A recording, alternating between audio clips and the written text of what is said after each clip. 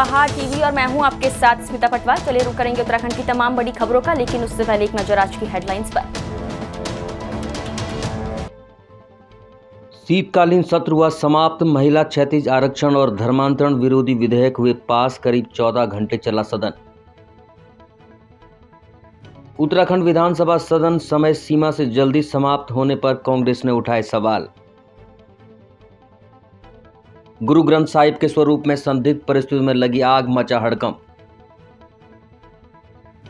उत्तराखंड के सीएम ने कहा, धर्मांतरण हमारे लिए घातक, धर्मांतरण रोक के लिए कठोर कानून बने। मसूरी में सिंगल यूज प्लास्टिक के प्रयोग को लेकर पालिका की बड़ी कार्रवाई। उत्तराखंड विधानसभा के शीतकालीन सत्र का समापन हो गया है। 2 दिन तक चले इस सत्र में कार्रवाई काफी हंगामेदार रही। इस दौरान विपक्ष ने सरकार को जमकर घेरा। शीतकालीन सत्र के दूसरे दिन सदन में 6 नए विधेयक रखे गए। वहीं पहले दिन सदन के पटल पर 10 विधेयक आए थे, जिसमें से 2 विधेयक पास हो गए हैं, जिसमें महिला क्षैतिज आरक्षण और धर्मांतरण विरोधी विधेयक शामिल है। उत्तराखंड विधानसभा सत्र समय सीमा से जल्दी समाप्त करने पर कांग्रेस ने भारतीय जनता पार्टी पर निशाना साधा है। कांग्रेस प्रदेश अध्यक्ष करण महारा ने कहा है कि उन्होंने पहले ही भविष्यवाणी कर दी थी कि मुख्यमंत्री पुष्कर सिंह धामी रणछोड़ दास हैं। कांग्रेस प्रदेश अध्यक्ष महारा ने उत्तराखंड विधानसभा का शीतकालीन सत्र सिर्फ 2 दिन चलने को लेकर भाजपा सरकार पर कटाक्ष किया है। करण महारा ने कहा है कि उन्होंने पहले ही भविष्यवाणी कर दी थी कि मुख्यमंत्री धामी रणछोड़ दास हैं। बहुत ज्यादा अवधि तक ये सत्र नहीं टिकेगा। विडंबना ही कहा जा सकता है कि मुख्यमंत्री धामी एक प्रचंड बहुमत की सरकार के मुखिया होने के बावजूद भी इतना आत्मविश्वास खुद के अंदर नहीं पाते हैं कि वह सवालों का सामना कर पाएं। दीदी ने अपना बयान में कहा था कि रणछोड़, और रणछोड़ में ये क्या कहते हैं, सदन चलाएंगे नहीं चलाएंगे, इस पर भी मुझे शंका है। क्योंकि जिस दलदल में सरकार इसमें घिरी हुई है, जिस रसातल में सरकार ने इस राज्य को पहुंचा दिया है, कानून हो, भ्रष्टाचार का मामला हो, चाहे नियुक्तियों के मामले हों, उन सब में सरकार घिरी हुई है। और सरकार चाहेगी कि सत्र ना चले। और संसदीय कार्य मंत्री के साथ जो वार्ता होती है हमारे, उसमें हमेशा ही बीजेपी अंदर के स्टैंड और बाहर के स्टैंड में फ़र्क देखने में आ रहा है पिछले 3-4 दिन से। भारतीय जनता पार्टी लोकतंत्र की हथियारी पार्टी है और भारतीय जनता पार्टी के कोई एथिक्स नहीं है, उनकी कोई गरिमा उनकी नहीं है, ना ही वो परंपराओं से सदन चलाना चाहते हैं, ना नियम से चलाना चाहते हैं, और ये अक्सर देखने में आता है। धामी सरकार द्वारा प्रदेश के लिए कुछ बड़े निर्णय लिए गए हैं, जिसमें प्रदेश में धर्मांतरण पर रोक के लिए कठोर से कठोर कानून बनाए जाएंगे। उन्होंने कहा कि राज्य सरकार का प्रयास है कि इस कानून को पूरी दृढ़ता के साथ प्रदेश में लागू किया जाएगा, जिसमें ज्योतिष पीठाधीश्वर जगत गुरु शंकराचार्य और अयोध्या राम मंदिर के मुख्य ट्रस्टी स्वामी श्री वासुदेवानंद सरस्वती महाराज ने उत्तराखंड में धामी सरकार के फैसले को ऐतिहासिक बताते हुए प्रदेश के राज्यों को ऐसी पहल करने की अपील की है और धामी सरकार की पीठ थपथपाई है और आशीर्वाद स्वरूप वीडियो भी जारी किया है। क्योंकि धर्मांतरण आज हमारे यहाँ पर एक गुण की तरह लग गया है और बहुत सारे ऐसे क्षेत्र हैं जहाँ पता ही नहीं लगता है कि किस प्रकार से तमाम प्रकार के हथकंडे अपनाकर धर्मांतरण करवाया जाता है, मतांतरण करवाया जाता है। ये हमारे लिए बहुत ही घातक है। इसलिए हमने निर्णय लिया था, हमारी मंत्रिमंडल की बैठक में हमने तय किया था कि हम इस बार इसके लिए एक सख्त कानून बनाएंगे और जिसमें एक कड़ी सजा जो 10 वर्ष की हो और कड़े प्रावधान हो, जिससे कि कोई भी इस प्रकार का कृत्य न कर पाए। उत्तराखंड देवभूमि है, यहाँ पर इस प्रकार की चीजें बिल्कुल भी टॉलरेबल नहीं है, इसलिए हम कड़ा कानून। समाचार मिला है जो बहुत ही आवश्यक था। हमारे उत्तराखंड सरकार ने, हमारे यशस्वी मुख्यमंत्री धामी जी ने बलात् मतांतरण पर प्रतिबंध लगा दिया है। ये बहुत ही प्रांत और देश और समाज के लिए हितकारक है। अन्य राज्यों को भी इस संबंध में आगे बढ़ना चाहिए। बलात् मतांतरण में प्रतिबंध लगाने की योजना बनानी चाहिए। हम उत्तराखंड सरकार के प्रति मंगल कामना और आशीर्वाद व्यक्त करते हैं कि भारतीय संस्कृति की रक्षा के लिए वो सबसे आगे बढ़ा हुआ है। हरिओम। खबर हरिद्वार जिले के सामुदायिक स्वास्थ्य केंद्र भगवानपुर से है, जहां लाखों रुपए की दवाइयां खुलेआम जलाने के आरोप अस्पताल प्रशासन पर लग रहे हैं। आरटीआई एक्टिविस्ट नितिन सलूजा ने बताया कि बीते 30 नवंबर को वो सूचना के अधिकार कार्य से स्वास्थ्य केंद्र पहुंचे थे, जहां उन्होंने देखा कि अस्पताल के पीछे एक गड्ढे में कुछ दवाइयां बिखरी थी और कुछ को जलाया जा रहा था। उन्होंने कहा कि ये उच्चतम न्यायालय के आदेशों का खुला उल्लंघन है। इसके खिलाफ थाना भगवानपुर में तहरीर दी गई है। खबर चमोली जिले से है, जहां जनपद चमोली के मनरेगा ग्रामीण क्षेत्रों में आर्थिक रूप से कमजोर परिवारों की आर्थिकी को सुधारने के लिए निर्माण कार्यों में स्थानीयों को वरीयता देने के आधार पर भी बना और एक और मनरेगा जैसी महत्वाकांक्षी योजना आने से यहां निर्माण कार्यों में बाहर से श्रमिक लाने का झंझट भी खत्म हुआ। वहीं निर्माण कार्यों में श्रमिक का कार्य कर रहे ग्रामीणों की आर्थिक स्थिति में भी सुधार हुआ। लेकिन थराली विकास खंड के चेपड़ो ग्राम पंचायत की टुनरी तो की पूनम देवी के लिए मनरेगा जी का जंजाल बन गया है। दरअसल पूनम देवी ने मनरेगा के अंतर्गत वर्ष 2016 से 19 तक श्रमिक के रूप में गांव की विभिन्न योजनाओं में काम किया, लेकिन इस अवधि का भुगतान पूनम देवी को 5 साल बीत जाने के बाद भी नहीं हो पाया है।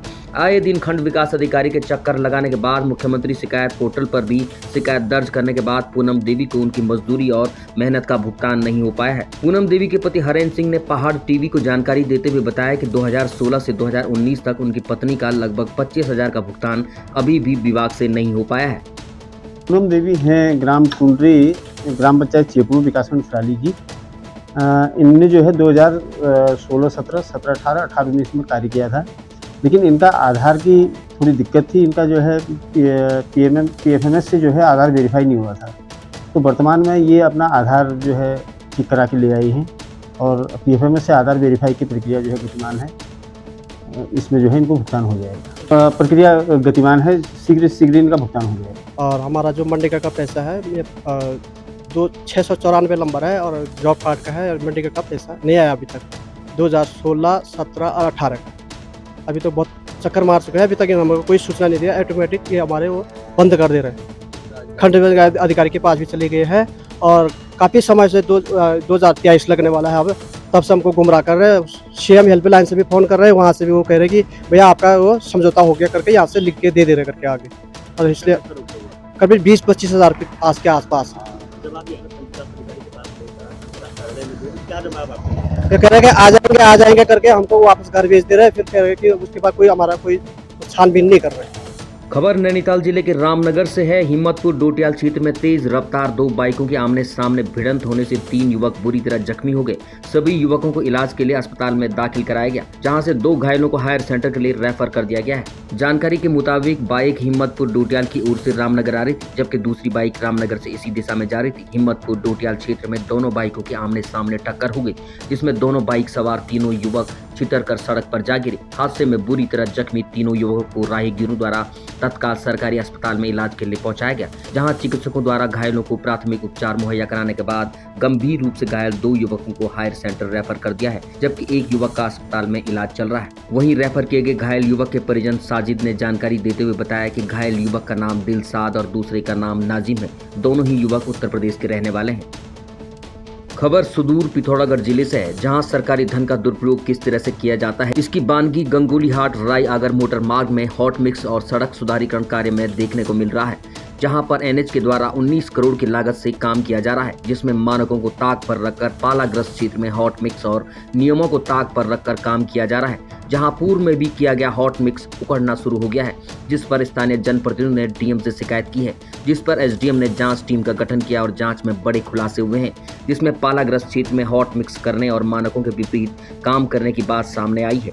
जिला पंचायत दिवाकर रावल ने बताया कि लगातार नियमों को ताक पर रखकर काम किया जा रहा है, सरकारी धन का लगातार दुरुपयोग हो रहा है। SDM अनिल कुमार शुक्ला ने बताया कि जांच में गड़बड़ी मिली है, इसकी रिपोर्ट DM को भेजी जा रही है।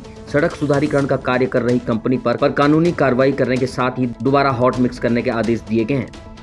राई आगर और गंगोली हाट रोड जो है वो NH के पास आई हुई है और NH जो है इस पर मरम्मत का कार्य कर रहा है।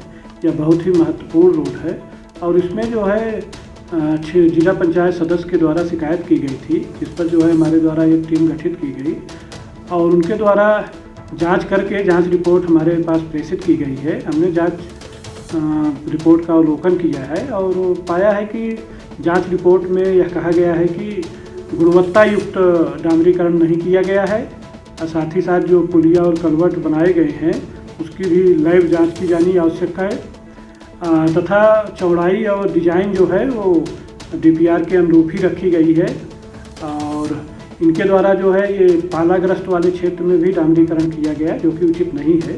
तो हम दंडात्मक कार्रवाई के लिए जिलाधिकारी महोदय को पत्र प्रेषित कर रहे हैं। थी उस दिन भी मैंने ये पॉइंट तहसीलदार साहब जी से बोला था कि यहाँ पर जो एक देर रात्रि तक ये लोग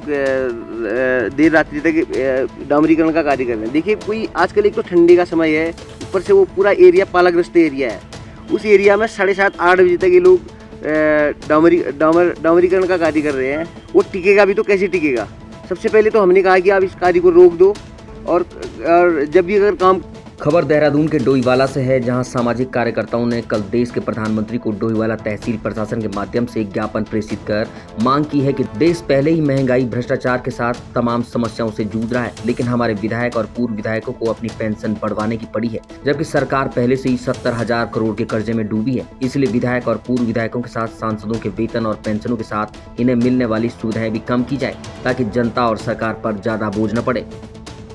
खबर हरिद्वार जिले के खानपुर से है, जहां खानपुर के बडेटी राजपुताना में भारतीय किसान यूनियन बेदी के प्रदेश कार्यालय का फीता काटकर उद्घाटन किया गया। इस दौरान भारतीय किसान यूनियन के राष्ट्रीय अध्यक्ष राहुल बेदी उपस्थित रहे।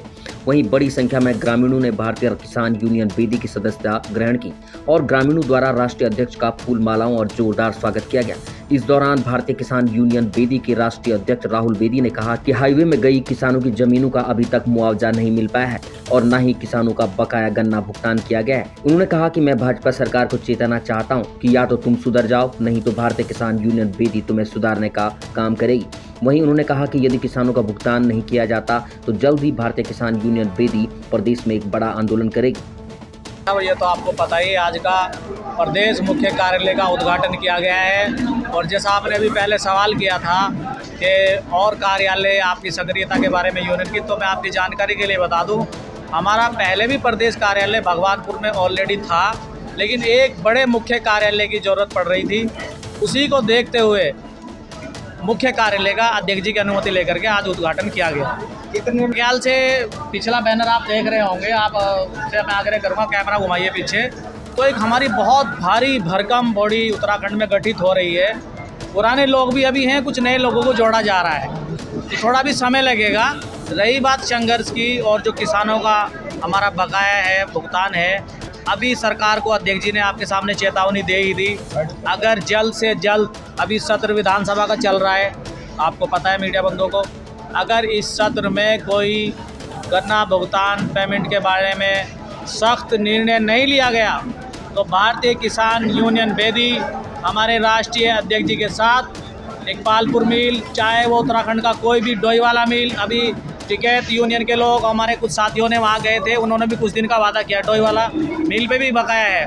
तो ये हमारी चेतावनी है सरकार के बाद मिल मालिकों को और मिल प्रबंधकों को। आपके माध्यम से मैं कहना चाहता हूँ कि बहुत जल्द तालाबंदी की जाएगी मिलों के ऊपर और इसकी खबर उधम सिंह नगर के खटीमा से है, जहां वार्ड नंबर 9 के लोगों ने तहसील पहुंचकर सिंचाई विभाग की बंद नाली को खुलवाने के लिए जमकर हंगामा काटा। साथ ही बंद नाली को खुलवाने के लिए एसडीएम को एक ज्ञापन भी दिया। वार्ड सदस्यों ने आरोप लगाया कि विगत कई महीनों से बंद नाली को खुलवाने के लिए नगर पालिका प्रशासन को कई बार अवगत कराया गया है तथा ज्ञापन भी दिया गया है, लेकिन अभी तक समस्याओं का कोई समाधान नहीं हो पाया है। स्थानीय निवासियों का कहना है कि कुछ लोगों द्वारा नाली बंद कर देने से जल भराव की स्थिति हो गई है सड़क पर, जिससे कीचड़ हो गया है। बच्चों और स्कूल जाने वालों को काफी दिक्कतों का सामना करना पड़ रहा है। सभासद संगीता राणा ने बताया कि वार्ड के कुछ लोगों द्वारा नाली बंद कर देने से काफी समस्या उत्पन्न हो गई है। सड़क में पानी जल भराव की स्थिति पैदा हो गई है, इसलिए यहाँ के जो लोग हैं, वार्ड के लोग हैं, मेरे पास आए थे कि वहाँ पर जो नाली है, जो सिंचाई विभाग की नाली चल रही है, वो अभी सिंचाई विभाग के उपयोग में नहीं है, लिहाजा उसको खोल दिया जाए। लेकिन कितने लोगों द्वारा उसमें नाली को मतलब पाट दिया जा रहा है, जिससे पानी की निकासी नहीं हो रही है। तो हम ईओ साहब मेरे पास आए हुए हैं, तो उनको हमने बता दिया है कि इस नाली को आप जब तक इनका टेंडर नहीं होता है, फिलहाल इसको अस्थायी व्यवस्था के तहत इसको खोल दें और जो भी विरोध करे उसके भी खिलाफ कार्रवाई। और मेन मुद्दा नाली की समस्या है, क्योंकि नाली विलोपती बनती नगर पालिका द्वारा खुलवाया गया था, तो कई लोग नाली को काट चुके हैं। अभी एसडीएम सर को कृषि विज्ञापन दिए कि 6 महीना लगातार घूम रहे हैं, एसडीएम सर के चक्कर काट रहे हैं। उन्होंने काफ़ी समय से मतलब कोई कार्रवाई नहीं की। आज कहने ईओ साहब कि मैडम जैसे आपको भेज रखा है, एस्टीमेट बन गया है, 15 दिन का समय मांग रखे हैं। जो नाली ब्लॉक हो चुकी है उसे खुलाने के लिए तत्काल में बोल रखे हैं और जो भी उस नाली को बंद करते तुरंत कार्रवाई होगी। तो हम फिर से धरने में बैठेंगे।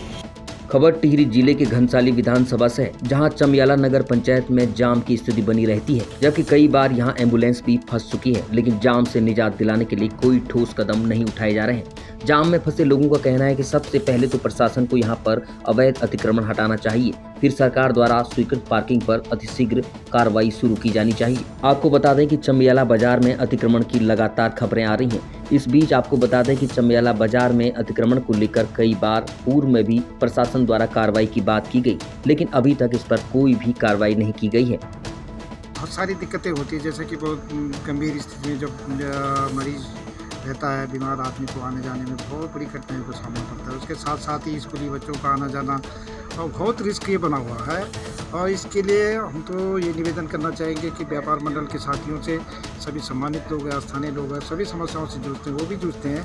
तो सबसे पहले तो व्यापार मंडल के लोग और जो व्यापारी जो वहाँ पर हैं वो लोग अपने कोशिश ये करें, उनसे निवेदन पूर्वक हम आग्रह करते हैं कि वो अपने एक तो वाहनों को न लाएं घर से और अपने वाहन बाजार में न रखें। दूसरी ओर किसी भी कोई भी दुकानदार साथी अपनी दुकान के आगे सामान न लगाए। ये भी एक बहुत बड़ी समस्या है जाम लगाने की। बाकी जो ये वाहन स्वामी है, ये जो वाहन चालक अपने वाहनों को कतई ऐसे बीच में छोड़ करके चले जाते हैं इधर उधर, वो भी अच्छा नहीं है। और इस तरह के जो शासन प्रशासन को और व्यापार मंडल के लोगों को वाहन। खबर मसूरी से है, जहां सिंगल यूज प्लास्टिक पूरी तरह से प्रतिबंध है, जिसे रोकने के लिए बुधवार को नगर पालिका परिषद मसूरी द्वारा अधिशासी अधिकारी राजवीर चौहान के नेतृत्व में चेकिंग अभियान चलाया गया, जिसके तहत कई दुकानदारों के पास से प्रतिबंधित सिंगल यूज प्लास्टिक बरामद की गई, जिसके बाद उनके खिलाफ चालान की कार्रवाई भी की गई। इस मौके पर दुकानदारों और अधिशासी अधिकारी राजवीर चौहान के बीच तीखी नोकझोंक भी हुई। दुकानदारों का कहना है कि नगर पालिका उनको बेवजह परेशान कर रही है, जबकि सिंगल यूज प्लास्टिक का कोई वैकल्पिक व्यवस्था पालिका द्वारा नहीं की गई है, मात्र दुकानदारों को चालान काट उनसे पैसे वसूले जा रहे हैं। उन्होंने कहा कि मसूरी पर्यटन नगरी है, ऐसे में सिंगल यूज प्लास्टिक का इस्तेमाल नहीं होना चाहिए, परंतु पालिका द्वारा आज तक उनको सिंगल यूज प्लास्टिक का कोई वैकल्पिक व्यवस्था नहीं दी गई है। मसूरी नगर पालिका द्वारा मसूरी घंटाघर से लेकर शहीद स्थल तक चेकिंग अभियान चलाया गया। इस दौरान कई दुकानदारों के यहाँ सिंगल यूज प्लास्टिक जब्त कर चालान की कार्रवाई की गई।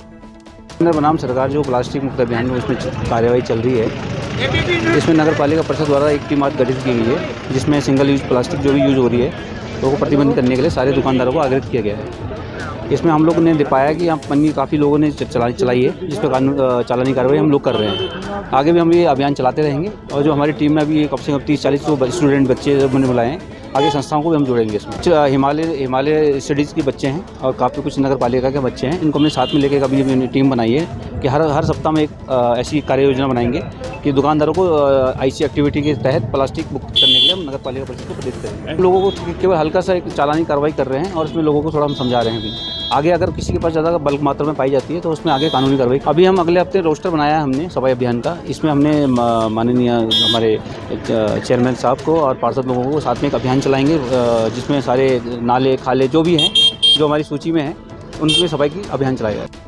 अब खबर सीमांत जनपद उत्तरकाशी से है, जहां ठंड ने दस्तक दे दी है। कड़ाके की ठंड और शीतलहर से राहत दिलाने के लिए जिलाधिकारी अभिषेक रोहेला ने असहाय लोगों और राहगीरों के लिए कंबल वितरित किए। बुधवार देर रात जिलाधिकारी ने केदार घाट, विश्वनाथ मंदिर, रामलीला मैदान, तिलोत आदि स्थानों में रह रहे राहगीरों को ठंड से बचने के लिए गर्म कंबल वितरित किए। साथ ही जिलाधिकारी ने उनका हालचाल भी जाना। रामलीला मैदान स्थित उपभोक्ता भंडार भवन के पास रह रहे 6 असहाय लोगों को जिलाधिकारी के द्वारा तत्काल नगर पालिका परिषद के वाहन से रैन बसेरा में शिफ्ट कराया गया। साथ ही अधिशासी अधिकारी नगर पालिका को निर्देशित किया गया कि जिले में धीरे धीरे बढ़ रही कड़ाके की ठंड और सर्दी के मौसम को देखते हुए रैन बसेरे में आवश्यक व्यवस्था सुनिश्चित की जाए। इस दौरान जिला आपदा प्रबंधन अधिकारी Devendra Patwal, chairman red cross Madhav Joshi, समन्वय आपदा जयप्रकाश पवार, अधिशासी अधिकारी नगर पालिका सहित अन्य अधिकारी उपस्थित रहे। देहरादून के तपोवन रोड पर श्वेत धारा नाम से डेयरी और स्वीट शॉप से स्थानीय निवासियों को खासी दिक्कतों का सामना करना पड़ रहा है। आपको बता दें कि स्थानीय निवासियों का कहना है कि डेयरी उत्पादों में प्रयोग किए जा रहे केमिकल से चारों तरफ बदबू और गंदगी का सामना करना पड़ रहा है। स्थानीय निवासी अमित शर्मा, रजनीश और घनश्याम पाल का कहना है कि आवासीय कॉलोनियों के समीप व्यावसायिक गतिविधियों की परमिशन मिलना ही बड़े सवाल खड़े करता है। उनका कहना है कि यहाँ बीमारी फैलने का खतरा बराबर बना हुआ है। उन्होंने इस संबंध में नगर निगम से भी शिकायत की है। स्थानीय निवासियों का कहना है कि यदि इस समस्या का समाधान नहीं हुआ तो वो सड़कों पर आंदोलन करने के लिए मजबूर हो जाएंगे। खबर उधम सिंह नगर जनपद के मुख्यालय शिमला पिस्तौर में बुधवार को श्री गुरु ग्रंथ साहिब के स्वरूप के संदिग्ध परिस्थिति में आग लगने के बाद हंगामा मच गया। ग्रामीणों ने पहले इस सूचना को गुरुद्वारा प्रबंधक समिति को दी। उसके बाद सिख समुदाय के लोगों ने पुलिस को तत्काल मामले की जानकारी देते हुए पूरे मामले की जांच की मांग की है। फिलहाल प्रबंध कमेटी द्वारा तहरीर दी गई है, जिसके आधार पर पुलिस जांच कर रही है। वहीं धार्मिक मामलों को देखते हुए पुलिस ने तत्काल भारी पुलिस बल गांव में तैनात कर दिया। यही नहीं, जिले के पुलिस कप्तान ने पूरा कमान हाथ में लेते हुए मामले में निष्पक्ष जांच का आश्वासन दिया है। शिमला पिस्तौर में श्री गुरु ग्रंथ साहिब के स्वरूप के संदिग्ध परिस्थिति में आग लगने से राख होने पर सिख समुदाय के लोगों में आक्रोश बना हुआ है। वहीं गुरुद्वारा नानक मता साहिब प्रबंध कमेटी प्रधान हरबंस सिंह चुग सहित गुरुद्वारा नानकपुरी टांडा के बाबा गुरजंट सिंह सहित संगत के साथ पुलिस भी मौके पर पहुंची, जिसके बाद मामले की फॉरेंसिक जांच के साथ एफआईआर करवाने के निर्णय लिया गया। यहाँ शिमला पिस्तौर में इसमें एक तहरीर हम लोगों को प्राप्त हुई है और इस तहरीर की हम लोग इसमें जांच कर रहे हैं। पूरी इन्वेस्टिगेशन हो गई इसमें। और उससे पहले घटनास्थल से ये घटना जो शिमला पिस्तौर में हुई है, इसमें हम लोग को एक तहरीर प्राप्त हुई है और इस तहरीर के साथ ही हम लोग इसमें इन्वेस्टिगेशन करेंगे। और साथ में इसमें एफएसएल की टीम ने जो है उस घटनास्थल का निरीक्षण किया है, साथ में फायर सर्विस की टीम ने भी निरीक्षण किया है। तो जो भी घटना के इसमें कारण है उसकी जांच की जा रही है और हर पहलू पे पुलिस जांच कर रही है और इसमें शीघ्र इस घटना का अनावरण करके और जो भी इसमें तथ्य होंगे वो क्लियर किए जाएंगे। सर, इसमें किसी तरीके का कोई धार्मिक भावनाएं ना भड़के, उसके लिए पुलिस किस तरीके के प्रिकॉशंस ले रही है? नहीं, हम लोग मौका पर हैं और ऐसी कोई बात फिलहाल नॉलेज में नहीं आई। कुछ इन लोगों के इश्यूज़ हैं, वो आपस में डिस्कस कर रहे हैं इसमें। और घटना के कारणों के बारे में कुछ इनको डाउट्स है, वो डाउट के लिए ही हम लोग एक केस रजिस्टर कर रहे हैं और सारी चीज़ें उसमें क्लियर कर रहे हैं। आज सुबह हमारे पास फ़ोन आया था कि इस तरह से जो ये किच्छा के पास जो गाँव है शिमला पिस्तौर, यहाँ पर गुरु ग्रंथ साहिब जी के स्वरूप जो है वो अगन भेंट हो गया था एक। तो सूचना मिली, यहाँ पर सिख संगत काफ़ी गिनती में पहुँची हुई थी। तो हमने देखा यहाँ पर गुरु ग्रंथ साहिब जी का स्वरूप वो पूरी तरह से अगन भेंट हुआ था, जला हुआ था। तो उसके बाद यहाँ पर इलाके से जो सिख धर्म से संबंधित और आम संगत वो काफ़ी बड़ी गिनती में पहुँचे हुए थे। तो हमने यहाँ पर देखा बहुत बुरी हालत थी जो गुरु ग्रंथ साहिब जी के स्वरूप की, लगभग 100% ही वो अगन भेंट हो चुका था। तो उसके बाद यहाँ पर थोड़ा सा माहौल गर्म हुआ, तनावपूर्ण हुआ कि बहुत गमगीन माहौल हुआ यहाँ पर। तो उसके बाद यहाँ पर पुलिस को बुलाया गया और पुलिस ने फिर अपनी फॉरेंसिक जांच की टीम यहाँ पर बुलाई। उन्होंने अपने तरीके से जो जांच करके जानी थी वो लोग गए हैं यहाँ से। और गुरुद्वारा प्रबंधक कमेटी नानक मता साहब से भी 3 डायरेक्टर और गुरुद्वारे के जो अध्यक्ष हैं सरदार हरबंस सिंह चुग जी, वो भी यहाँ पर पहुँचे हुए थे। और इलाके से भी काफ़ी जो धार्मिक हस्तियां हैं वो भी यहाँ पर आई हुई थी। और अभी श्रोमणी गुरुद्वारा प्रबंधक कमेटी के जो यहाँ की टीम है इस इलाके की, वो भी यहाँ पर पहुँचे हुए हैं। तो अभी श्रोमणी गुरुद्वारा प्रबंधक कमेटी के जो जिम्मेवार लोग हैं उन्होंने इन मसले को अपनी तरफ से अगुवाई में उन्होंने लिया है और पुलिस को एक तहरीर अभी दी गई है और एफआईआर अभी लॉन्च कराई गई है। तो प्रथम दृष्टया हमें ऐसा महसूस हो रहा है कि अंदर जहाँ पर कमरा था तो वहाँ पर गुरु ग्रंथ साहिब जी के स्वरूप के साथ मूर्तियाँ भी सुशोभित थी। तो उन मूर्तियों के मतलब जो उत्तराखंड की तमाम बड़ी खबरों में फिलहाल इतना ही। बाकी खबरों के लिए देखते रहिए पहाड़ टीवी। नमस्कार।